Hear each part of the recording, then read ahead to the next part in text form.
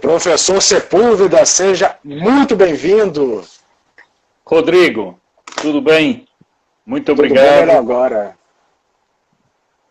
Melhor bem, agora falando com pessoa ilustre. Que isso, tudo bom? Rapaz? Como é que o senhor está? Eu estou bem, graças a Deus. Animado aqui para fazermos essa live. E Beleza. Vou respondendo aqui a todo mundo que está entrando também. Ave Império, para Luciano, boa noite. Alice, saudação da Regina. Bom, pessoal, então vamos começar. Primeiro, vamos apresentar todo mundo. Gente, até para a monarquia entrou, estamos com moral, hein? Estamos com moral, né?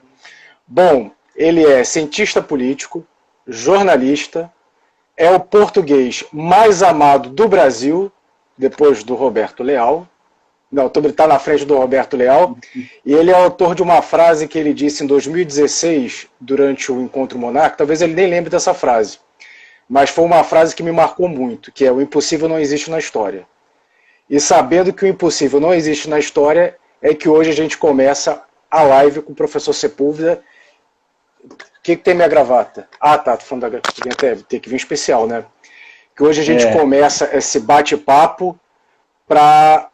Porque assim, a ideia que eu tive, já que eu já queria conversar muito com o senhor há muito tempo. Boa noite. Mas na live que eu estava assistindo do Monarquista Cearense na semana passada, o senhor também falou uma coisa que eu achei muito bacana, que a gente não pode fazer do movimento atual uma ruptura, ainda que involuntariamente, do movimento que sempre existiu, que na verdade é inclusive muito anterior a 1993. Mas para a gente não fazer essa ruptura, tem uma coisa que é necessária: a gente ter conhecimento sobre o que foi o movimento em 93. Bruno, um abraço aí, Bruno. O Bruno cearense aí. Bruno Queiroz. O pessoal do Ceará está fazendo um trabalho bacana. Então a gente começa. E como é que era o movimento antes de 93? Rodrigo, eu acho o seguinte, eu acho que nós temos que delimitar uma coisa, que é o seguinte: quando houve a carta do Dom Luís aos constituintes, foi um lance, eu disse isso nos monarquistas cearenses, mais uma cearense ali, eu disse isso nos monarquistas cearenses, foi um lance de um grande estadista. Ele percebeu que era um momento histórico, ele escreveu uma carta, que é uma carta de um verdadeiro, do que seria um imperador. Você vê ali que ele paira por cima das paixões políticas, mas ele pede uma coerência à Constituinte, era um momento histórico. Então, Dom Luís faz isso, e o que é que vai acontecer? No momento em que os constituintes acabam por derrubar a cláusula pétrea, e a cláusula pétrea fica derrogada, o que é que acontece? Vai haver no país uma movimentação muito grande. A movimentação em matéria de monarquia. Pessoas que tinham uma simpatia vaga pela monarquia, digamos assim, consideravam aquilo historicamente e tal. Então, assim, nossa, mas agora já podemos falar de monarquia, já não há mais proibição.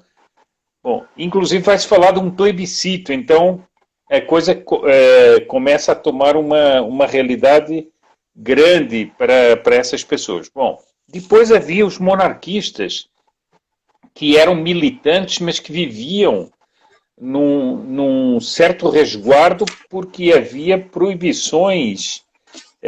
Estão perguntando se essa carta está disponível. Está disponível, sim. Essa carta é entrar no site do Promonarquia, e lá está essa carta do Príncipe Dom Luís.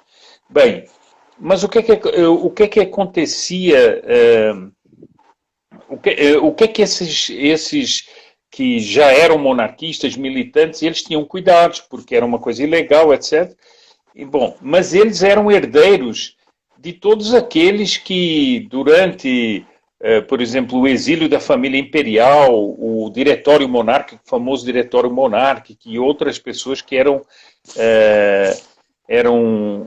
digamos, eu não sei, eram os doutrinadores do movimento monárquico. Ao longo dessas décadas todas foram mantendo uma chama viva da monarquia.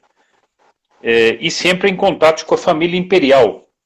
Tanto que houve várias tentativas de príncipes virem ao Brasil. A famosa tentativa do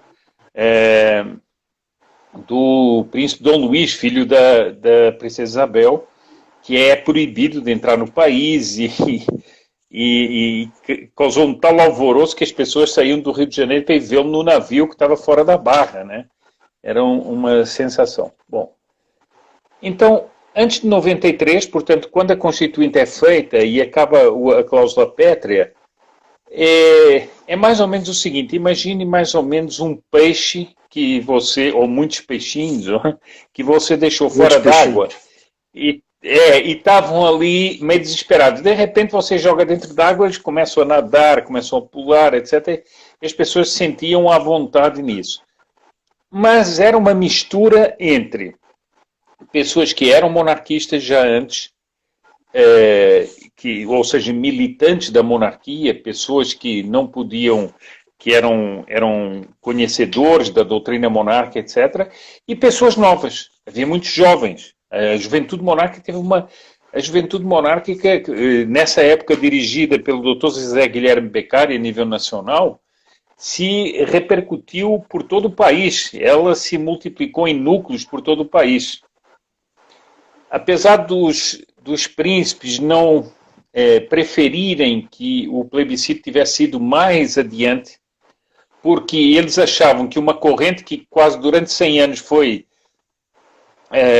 silenciada, precisava de se organizar, precisava se expandir, precisava tirar. Você sabe perfeitamente, você deve ter estudado, inclusive, que a República fez